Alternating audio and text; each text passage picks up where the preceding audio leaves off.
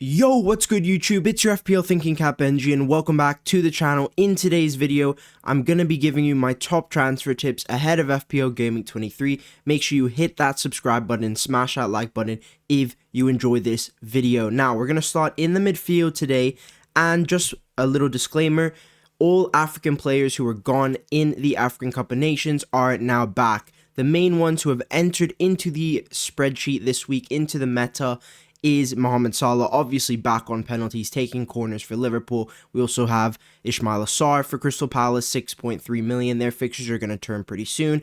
And the one who's really interesting to me, and that is Iliman Ndiaye on penalties for Everton. He's picked up 6 returns this season, really good DEFCON hit rate. And if we come and look at Everton's fixtures, I wouldn't say their run over the next 9 is that great, but it's in the top, I think, 10 over the next 9 weeks in terms of 23 to 31. And they also play Leeds and Burnley in that time. I think the next run of 6, next run of 5 is pretty nice. Leeds, Brighton, Fulham, Bournemouth, Man United. Sorry, guys. But I really actually think their run is pretty nice perma play. And consider this, right? Like, if we come to just some news on Everton, right? David Moyes has received a huge boost to the squad with Jared Branthwaite now back in full first team training, and Kieran Dewsbury Hall making a return to light training as well. So these are two players who are just going to strengthen Everton in terms of team strength. You put Iliman Ndiaye and Idrissa Gana Gueye back into this team, they are going to score goals and they are going to pick up a lot of points. So if you're sitting on a Tarkowski or Everton assets, maybe a James Garner who's down there at 5.2, definitely look to probably hold for the short term, especially for this week with Leeds Monday night. So Iliman Ndiaye, if you're in that lower price category, if you're looking for a midfielder to buy this week, I think he is the best one. Definitely on penalties for Everton. He's got extremely not high floor just because he can pick up those DEFCON points. None of the attackers apart from Bruno Fernandes really have a hit rate that's sitting 25 plus, 24 plus in terms of DEFCON. So I do think that he is the standout option. Ismail Assar, maybe we can think about it in a few weeks, but the perspective on Crystal Palace isn't that great right now, and I just don't think he's the strongest asset. When you can get Ndiaye for 6.2 on penalties, I just think he's a little bit stronger in the meta. Now, Everton attack, albeit, haven't done that well this season. They're sitting 15th from non-pen XG in the table. From open play, they're actually in the bottom 5, and from set pieces, they're 9th. So the fact that Ndiaye doesn't really have any of the set piece share is a little bit of a concern, but what I would say is that they've been without Ndiaye for a few weeks now, so I'm not expecting their attacking metrics to be that high, and they are pretty, do expect them to score more goals from open play now that he is back. In terms of the more expensive mids, Mo Salah, it's a little bit of a wait and watch for me. I need to see him playing really well for me to go and put my budget there. Cole Palmer, we did get some more news on in terms of his fitness, where he's really at, because he didn't look fit on the weekend, but apparently, according to Chelsea, he is 100% fit, and he continues to work on his match fitness. He was just really, out of it. Maybe the pace of football and the amount of minutes that he has played, because now it's 8 starts in a row in the Prem, 290 minutes in his last 3. Maybe he's still adapting to that level of minutes after missing almost 3.5 months of this current campaign. So it's a wait and watch with Palmer. If you don't have him this week, I don't think you need to buy him this week. But if you do have him, I still think Palace away is a nice fixture. He did get the penalty, he did score it, and he did hit DEFCON for the very first time. So let's keep an eye on Cole Palmer, and certainly don't write him out for game week 24 when that really nice run for Chelsea starts. Chelsea sitting top 7 in the fixture ticker. Crystal Palace, West Ham, Wolves, Leeds, and Burnley next as the run. I really do think Cole Palmer's a good option. Enzo Fernandez, yeah, can consider him as well. Same with Neto, but let's just see. I think the Chelsea jump we'll probably talk about a bit more next week. In terms of Bukayo Saka, he has been benched, obviously, against Nottingham Forest, and it is a little bit concerning that his minutes haven't been there, but unless you're blessed with like 4 or 5 free transfers right now and you don't have any injuries, then I think the play for you is probably just to keep him for Man United and Leeds, considering Madueke has been getting his chances and not delivering. I still think Bukayo Saka will get good minutes over this period, but I'm just a little bit weirded out by what Mikel Arteta is actually doing, benching his best player when he sees that City have dropped points, and not even just dropped points, lost earlier in the day, and then he wants to bench Bukayo Saka and say it's a niggle. I don't really believe him because Saka came on, looked really good. So let's just see how that progresses. Maybe there's something there, but he needs to get into the team, and he will get into the team. He will play minutes, and ultimately, if people come and talk to me about, he's not been performing as a premium, Bukayo Saka, well, Salah's on 7 returns, Palmer's on 5 returns. At least Saka's there and he's producing. He's on 11 returns and 20 starts, something like that, or 19. So it's not been terrible. The main guy that you need to start to think about getting is Bruno Fernandes, because the guy is an absolute joke. If you watch that City game, he absolutely dominated the pitch.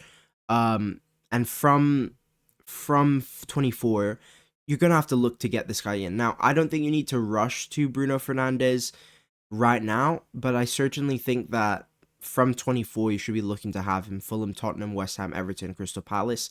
Really nice run. He plays in the 31 blank. So yeah, Bruno Fernandes, top transfer target. If you're looking to do any move this week, just make sure that next week you can afford to pick up Chelsea guys if you don't have any already, and Bruno Fernandes. If you cannot do those two things, those two things are of the utmost important to me. If you can do those two things in 24 and also look at an Benjy in 23, then I do think that has a lot of potential. All right, guys, let's talk defenders. And like I said last week, I'm going to say it again. If you don't have Gabriel Magalhaes, go and buy him this week. He's absolutely fantastic. He's worth 7 million. He's worth the money. Just go out and pay for him, especially because he could be having a double game week very, very soon. Jurrien Timber, if you have him, he's a good asset. If you're looking to buy him, that's okay. 6.3 million, is he worth that? It's a little bit pricey, but he is averaging the most XGI per 90 in the entire league out of all of these defenders. And I do think that he is still a really good pick, but I don't like the fact that Ben White has come in at right back, Timber's playing at left back. He looks less natural there. I don't think he's as attacking and as comfortable in attacking areas in that left back role. So I do think that's just something to consider if you are looking at buying Jurrien Timber. Cucurella, if Chalobah stays nailed in the team, which it does look like that he will, I do think he's probably the better one to go for just from a value perspective. But you could also consider Cucurella. I just think Cucurella hasn't been that advanced this season, but maybe under Rossinier, he will get into more advanced positions. But for me, I just think where Chalobah's DEFCON hit rate is sitting at 48%, really, really, really solid for a team that's dominating possession most games in the form of Chelsea. Usually those kind of teams, you're not going to have a 48% hit rate. So the likes of Chalobah is really, really encouraging sitting at that. In terms of where Chelsea's defense are kind of sitting in the meta, they are sitting actually in the bottom 3 for an NPXGC over the last 22 game weeks. But what I would say is that they have had a few red cards, and it's important not to look too much into the defensive data across the whole season, because that also is Enzo Maresca's Chelsea that's really filtering in there. Obviously the red cards, like I've said, and if you see even from open play XGC, they start to jump up into the top 9. From set pieces, that's where they are really, really bad. They've conceded 9 set piece goals. They're in the bottom 3 for set piece XGC.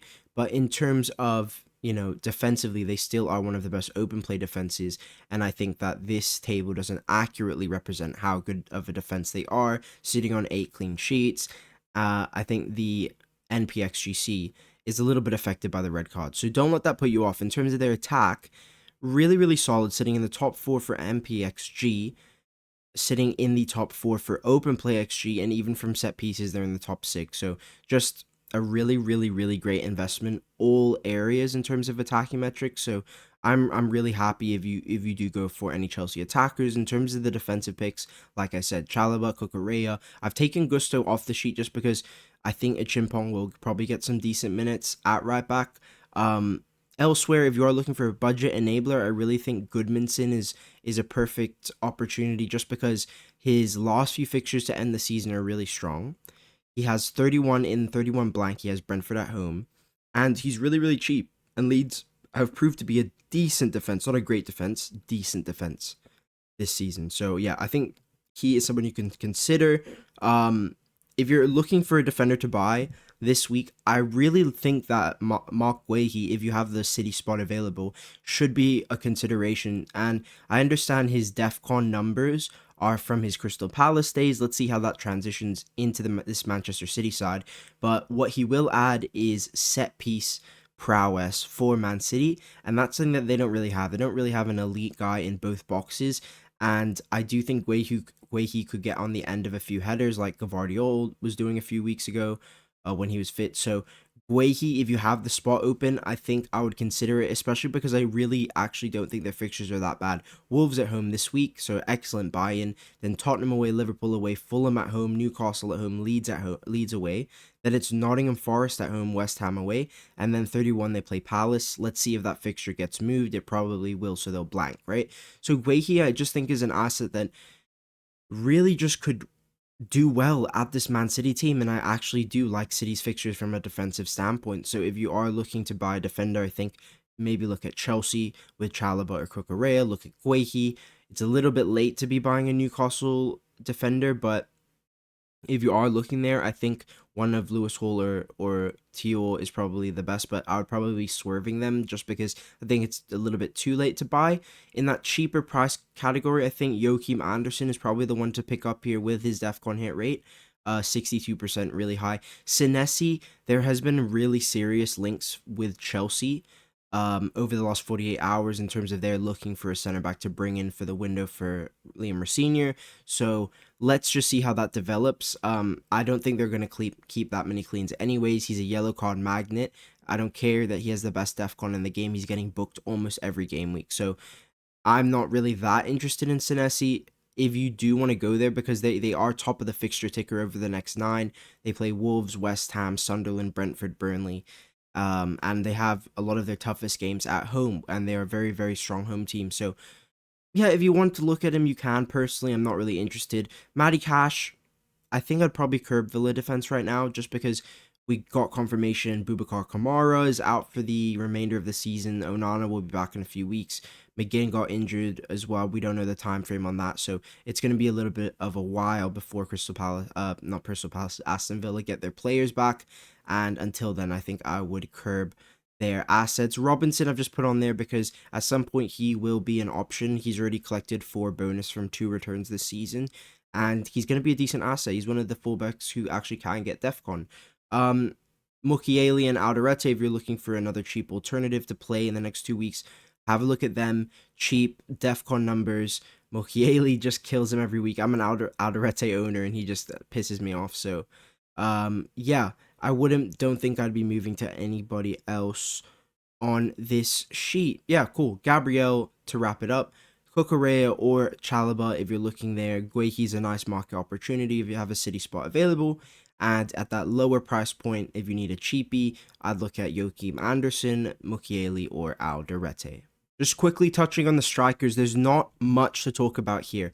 But let's start with Erling Haaland, who has blanked a lot of the last few games. And this is what Erling Haaland, Pep Guardiola had to say about Haaland before the Champions League game. I'm recording this on a Tuesday, so he will be playing today. Let's see how many minutes he gets. That's going to dictate captaincy and basically, let's see if he's fit. Let's hope he stays fit so we don't have more transfers to use. But he is fit, and he's just blanking at the moment. That's the main thing, and there's not really much we can do because this is the first time that he's gotten 22 out of 22 starts. He's been playing. He's been starting all the minutes. Marmoush has been at AFCON, so he is a little bit tired. But let's not get it twisted. He's still sitting on 24 GA from 22 starts. By far the best FPL asset this season. 31 bonus points. He's getting the most big chances per game. He's got the most NPXG per game. He's on pens, and the fixtures are still good. It's an easy hold with Erling Haaland. Maybe, if he starts to get a few benchings, we can look at selling, but as of now, with Salah yet to emerge, with Saka and Palmer stinking up the gaff, Foden's got a little jerk with his hand, Saka's got a niggle, Palmer's got a jiggle. It's just these other guys, you can't really rely on them. So Erling Haaland, no problems whatsoever. If you're a Hugo Ekitike owner, I would definitely say he's a hold. I don't think you really need to move him on. I know he has blanked the last few game weeks, but Bournemouth away is a good fixture. Salah's back in that team. He's going to be a chance creator for Ekitike. And I think Bournemouth is a fixture stylistically which will suit him. They play quite a high line. They will concede chances, and Liverpool still have a lot of attacking quality.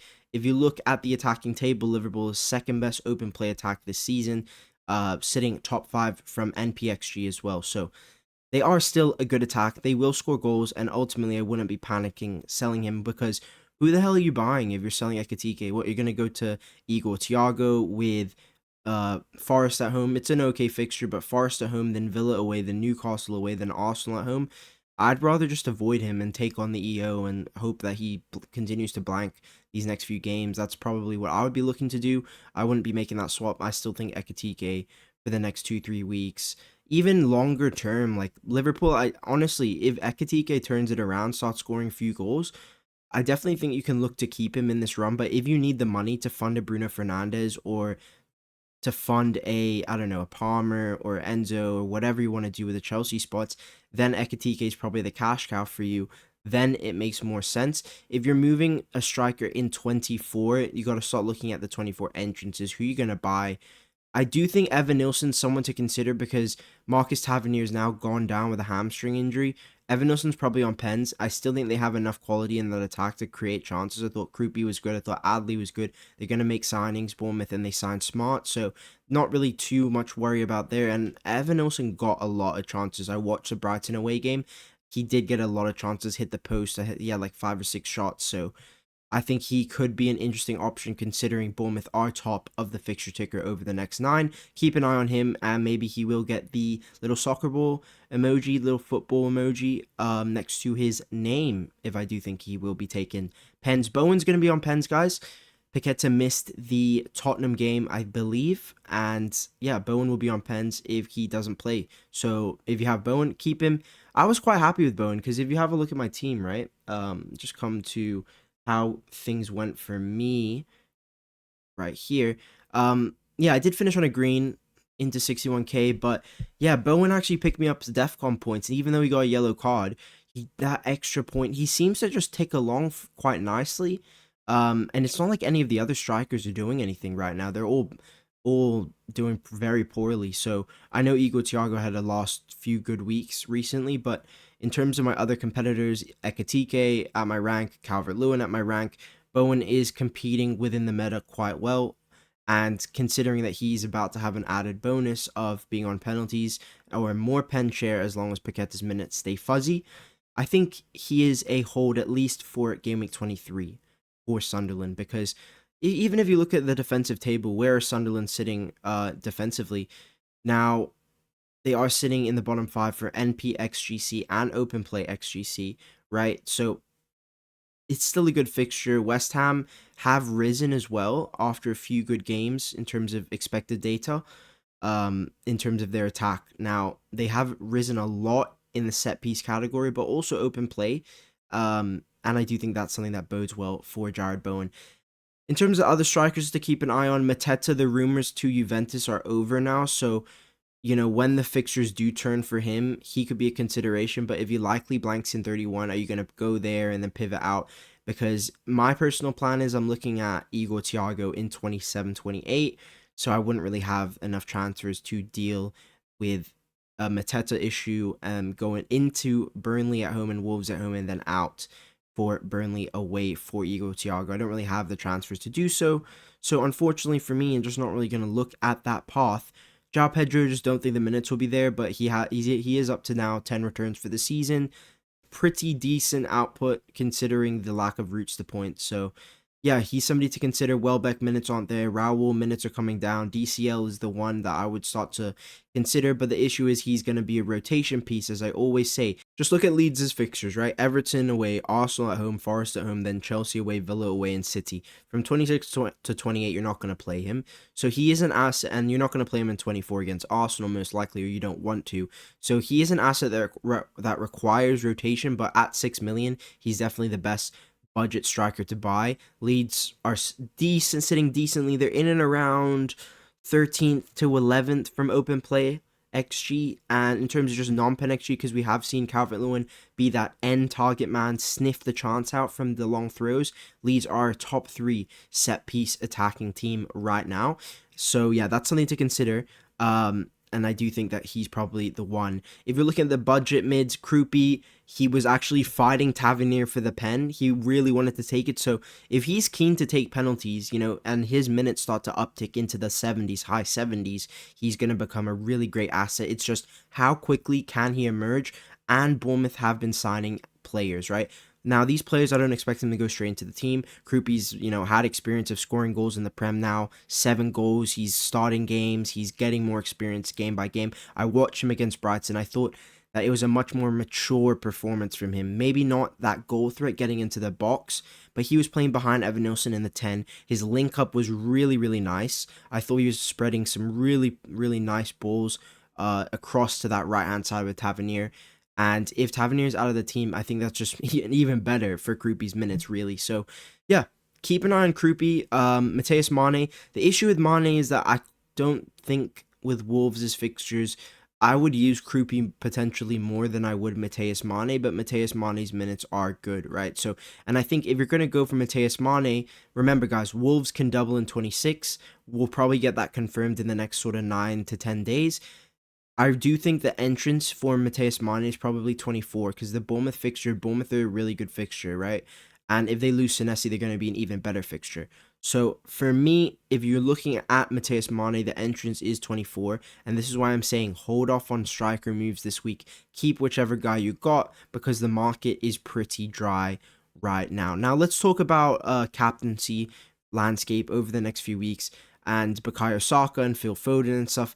Now, we actually didn't talk much about Phil Foden. We'll get to him in just a second. But the main thing is, if Cole Palmer does play this run, then we can rely less on Bukayo Saka for captaincy. Because for me, Saka is an option in 24, 25, and 26. 26 double game week. And then after those weeks, I can potentially look to sell for Tottenham. Or after Tottenham and sell in 28 to pounce on and use that to fund my Brentford assets in 28 for Burnley away. That's what I'm looking at in terms of like what I'm doing with my premiums over the next few weeks. I'll probably be on Haaland captaincy this week. In terms of Mo Salah, I don't think the fixtures really suit captaincy for him. This week, yes, but then 24 to 27, no. The next time Salah comes back onto the menu is going to be in 28. West Ham at home, Wolves away, Tottenham at home, and then they play Brighton away in the blank game week. So, yeah, he could come on to the menu in and around 28. If you are really interested in him, then make sure you're saving the transfers to be able to go to 28 and then pounce on him, because I don't really see the upside with buying him early, considering what that 4-game spell is for Chelsea. Bruno Fernandes, as I've said already, you must try to get him in 24. This guy is going to destroy it with 1 game a week like he has done already this season. He's on track for his best statistical output season in the Premier League.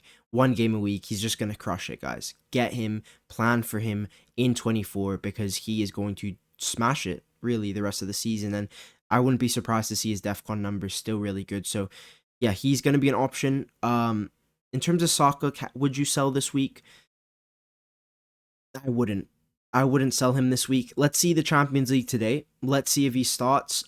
Make sure to check out my podcast coming later this week. I think we'll be live, Peer Pressure Podcast, either Wednesday or Thursday. Do check that out. I'll have more grasp of what to do with the Bukayo Saka situation. But as of now, with the information I have currently, I would say he's definitely a hold. I don't think he's worth the transfer out. People crying and complaining. But if we look at Saka over the last few weeks, right, it's 2 blanks. He came off the bench and got us something. It's not like he's blanked. Like, I don't hear people crying that hard about Foden, blank, blank, blank, blank, blank, blank, right? But people want to cry about Saka. I get it. He's more expensive, but at least this guy has picked up 6 assists in the last 7.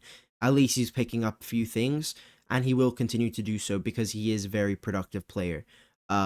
And I think that he is a hold. Unless you have like 5 free transfers and you're able to sell him this week, maybe go to a Rice, maybe go to a triple Arsenal defense. Those are a few things to consider. And just finally, on Phil Foden, let's see if he plays today. If he doesn't start today, but he comes on for half an hour, he's fit to go, he's ready to go, then we'll keep him. But otherwise, if he's not good to go, if you don't see him in the predicted lineups from FPL Meerkat and Jump the Wave and other predicted lineups, you don't see many people thinking he's going to start, then we will be selling Foden. I'd probably recommend Iliman and Jai, like I said before. And that's going to be everything in this video. If you like this one, then make sure you hit subscribe, hit that like button, drop a comment to show your appreciation on your way out. I've been Benji, it's been FPL Thinking Cap, and I'll speak to you in the next one.